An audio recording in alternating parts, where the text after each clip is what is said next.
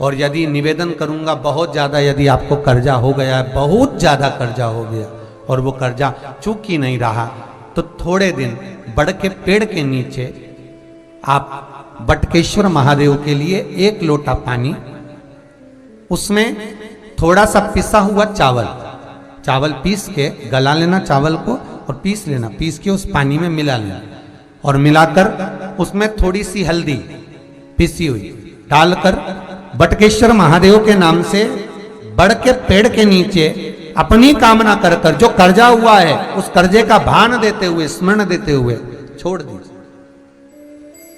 महाराज 2 या 3 सोमवार एक ही जगह पर करना, 3 सोमवार बाद वहीं से बड़ के पेड़ की थोड़ी सी जड़ उठा लाना और उस जड़ को एक कोई धागे में बांधकर या तो अपनी गले में डाल लो या अपनी जेब में पटक लो, उसको थोड़े दिन पटक कर रखना, लगभग 2 से 3 महीना पटक कर रखो।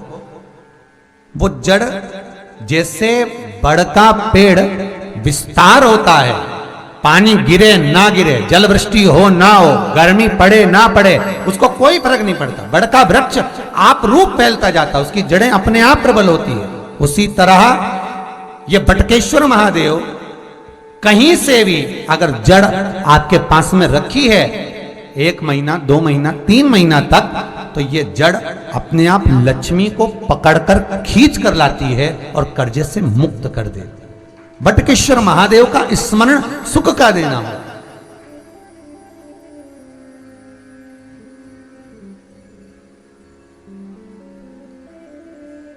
ये आनंद राशि का देने वाला है, लक्ष्मी को प्रदान करने वाला, लक्ष्मी खींच लाता है। जिस व्यक्ति पर कर्जा बहुत ज्यादा मात्रा में हो जाता है और कर्जा चूकता नहीं है, आप बहुत प्रयास कर लिए, करोड़ों रुपए का कर्जा हो गया, यहां से लिया वहां दिया, वहां से उठाया वहां दिया, वहां से उठाया वहां दिया, तो निवेदन है कभी मौका लगे कर्जा मुक्ति के लिए सारे वृक्षों में अगर कोई श्रेष्ठ वृक्ष माना गया है तो वो बट का वृक्ष माना गया महाराज। इसलिए प्रशासनिक कार्य के लिए, मानसिक टेंशन में, परेशानियों में बटकेश्वर महादेव का स्मरण किया जाता है। लोग घेर कर रखे हैं आपको, बहुत लोगों ने घेर रखा है। तो प्रत्येक सोमवार शंकर के मंदिर पर जाइए, शंकर जी पे चढ़ी हुई एक बेलपत्र उठाइए, औषधि के रूप में शिव जी का नाम लीजिए और शंकर के दरवाजे पर बैठकर उसको चबा चबा कर खार कर घर आ जाइए। 1 आध महीना कर कर देखो, मुझे उम्मीद है, मेरे विश्वनाथ पर मुझे विश्वास है कि तुम्हारी दवाइयाँ तो कम हो जाएगी और ये औषधि के रूप में तुम खाते रहोगे, चाहे वो शुगर हो, बीपी हो, चाहे दर्द हो, कमर का, घुटने का, जो भी आपको तकलीफ, बस उसका स्मरण करो। 1-2 बार करके तो देखो। शिव स्मरण।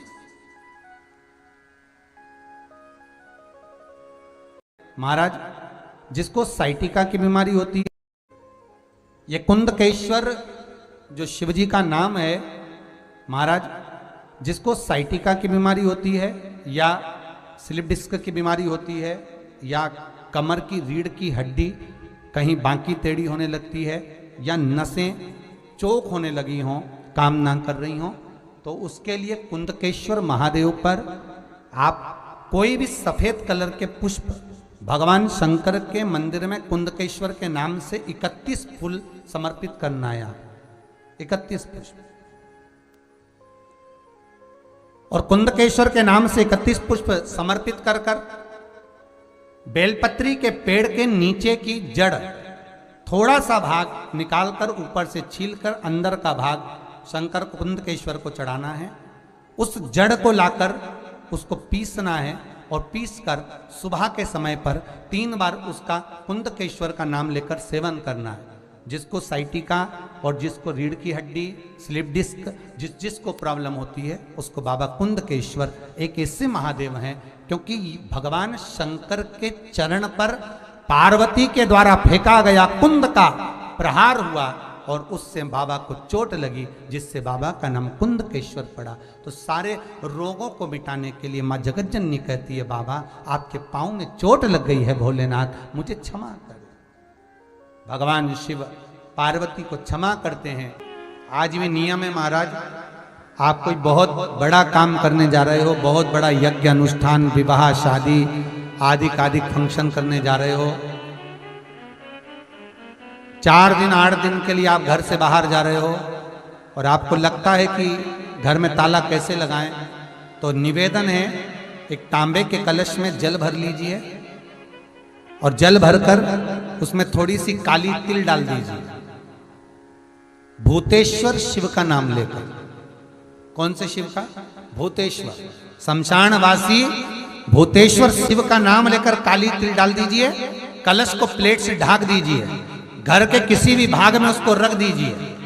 उसके बाद आप चले जाए। किसी की सामर्थ्यता नहीं है कि उस घर में कोई पांव रखे, किसी की सामर्थ्यता नहीं है। और अगर कोई भूले से पांव भी रख दिया तो 22 दिन या 21 दिन के अंदर उसको, जैसे लोगों को हवा आती है, बस उसको चक्कर आना चालू हो, बाल खोल खोल के घुमा मिलेगा। शास्त्र प्रमाण करता है हमारा भूतेश्वर शिव। ये कलश जो होता है ना, जल का जो पात्र होता है, ये साधारण नहीं होता, सहज नहीं होता महाराज। जैसे आज आप, हनुमान जी ने कहा, नाथ जैसे आज आपने मेरी लाज रखी, रक्षा करी और किसी को आने नहीं दिया, विनती स्वीकार करना, आपका जल पात्र भूतेश्वर के नाम से काली तिल से जहां रखा जाए उस गृह में कोई प्रवेश ना कर पाए। शिव जी ने वचन दे दिया, मेरी चंडियां 64 योगनियां, डाकनी, पिशाचनी, चुड़ैल और भूत इस कलश के विराजमान होते ही सर्वस्व फैल जाते हैं, फिर अंदर कोई नहीं आ सकता, भीतर प्रवेश नहीं हो सकता।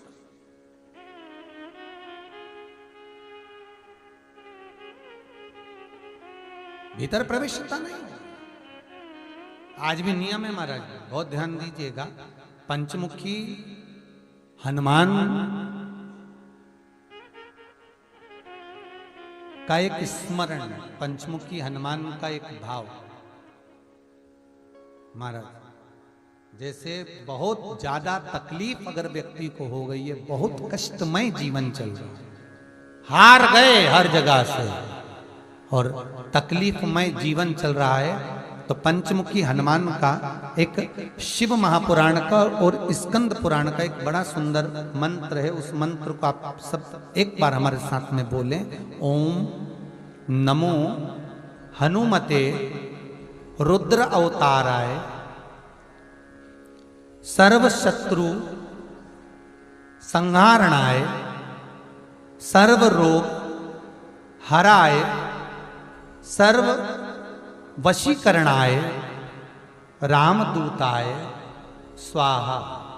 बस इस मंत्र को हाथ में काली तिल लेकर, एक जौ लेकर और गूगल लेकर, थोड़ा सा उसमें गाय का घी डालकर, कंडे को या अग्नि को जलाकर इस मंत्र का 11 बार 21 बार जाप कर कर अपनी कामना कर कर छोड़ दीजिए।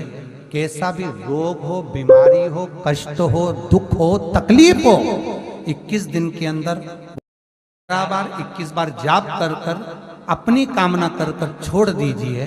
कैसा भी रोग हो, बीमारी हो, कष्ट हो, दुख हो, तकलीफ हो, 21 दिन के अंदर वो आनंद आना प्रारंभ कर देता है। इस मंत्र, स्कंद पुराण का, शिव महापुराण का ये मंत्र मूल पंचमुखी हनुमान सुख देंगे। और एक और चीज याद रखिए हमारा, यदि कोई काम के लिए जा रहे हो, कोई व्यापार के लिए जा रहे हो या नौकरी करने के लिए जा रहे हो और लगी नहीं रही, बहुत तकलीफ पा रहे हो, सर्विस ही नहीं लग रही, बहुत कष्टमय हो गया, तो निवेदन करूंगा 5 पीपल के पत्ते पर बेसन के 5 लड्डू घर में बने हुए, गाय के घी के 5 लड्डू रख लो। उस लड्डू के बीचों बीच एक आटे का दिया और उसमें तिल्ली का तेल डालकर इसी मंत्र का प्रयोग कर कर पंचमुखी हनुमान का किसी भी हनुमान के मंदिर में जाकर, दक्षिण मुखी हनुमान के मंदिर में जाकर उसको रख कर आ जाइए। इसके बाद आप उस काम के लिए जाइए, आपका काम सफल हो जाएगा। आपको किसी को नहीं कहना पड़ेगा कि हाथ जोड़ना नहीं पड़ेंगे, किसी के पांव नहीं पड़ना पड़ेंगे, तुरंत काम होगा। बस इस मंत्र का स्मरण कर कर पंचमुखी हनुमान का भूतेश्वर जो मंत्र है, वो सुख देने वाला, आनंद देने वाला। सहज नहीं महाराज, सुख की खान है, आनंद की राशि। समय आया श्री हनुमान जी महाराज का जो चरित्र आया, आगे जो वर्णन आया है, भगवान भूत भावन भूतेश्वर मेरा शिव विराज, मेरे ससुर ने जो दिया वो कम ना दिया। सारे देवताओं ने स्तुति करी, शंकर भगवान आनंद पाते हुए मंत्र का आनंद पाते हैं।